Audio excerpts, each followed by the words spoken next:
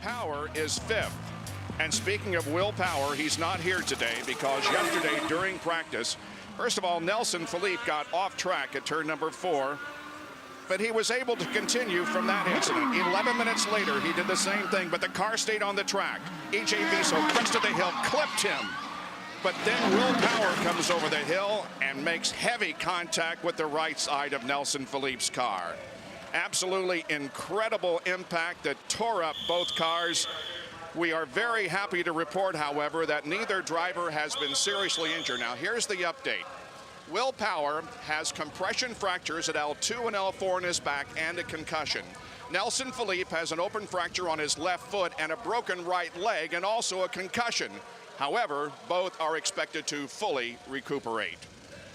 Now, Will Power has had an interesting season. He started off the season, of course, substituting for Elio Castroneves. He won the pole at Long Beach, and he was 5th at Indy, then laid out until Toronto, where he finished 3rd. He won Edmonton and was 9th at Mid-Ohio.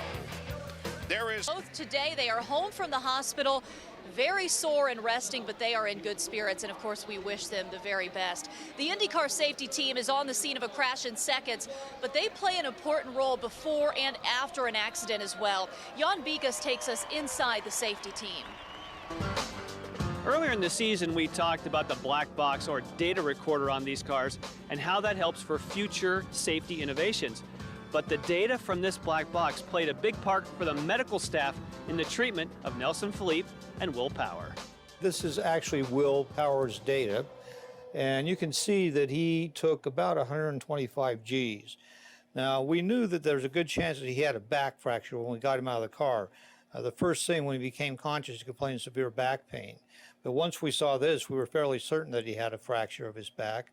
And actually, Terry Trammell, our orthopedic spine doctor, was in Indianapolis and looked at this data and called down to the trauma center and said he's going to have a back fracture. This is before the CT scan was done. The trauma surgeon there wasn't too impressed, but then when the CT scan came out with 2 back fractures, he thought, well, these guys might know something. Now that data is so precise that Dr. Terry Trammell not only surmised that he had a broken back, but knew specifically where to look, and he hit it right on the money.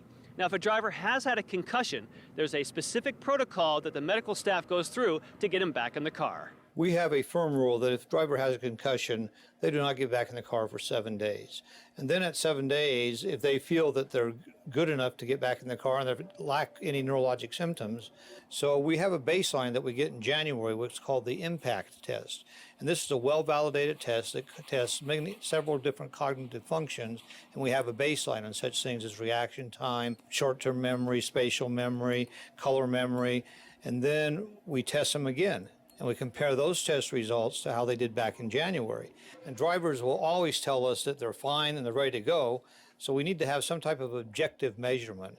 And if they don't do as well as they did in January, we'll say, yeah, you might think you're ready, but you're not ready. Keep in mind, there's a minimum of 15 people between the safety team and the medical team looking after IndyCar drivers. And I can tell you from experience, both Robbie Buell and myself, when you're hurting and you're in the car and someone comes to your side, boy, it's great to see a familiar face.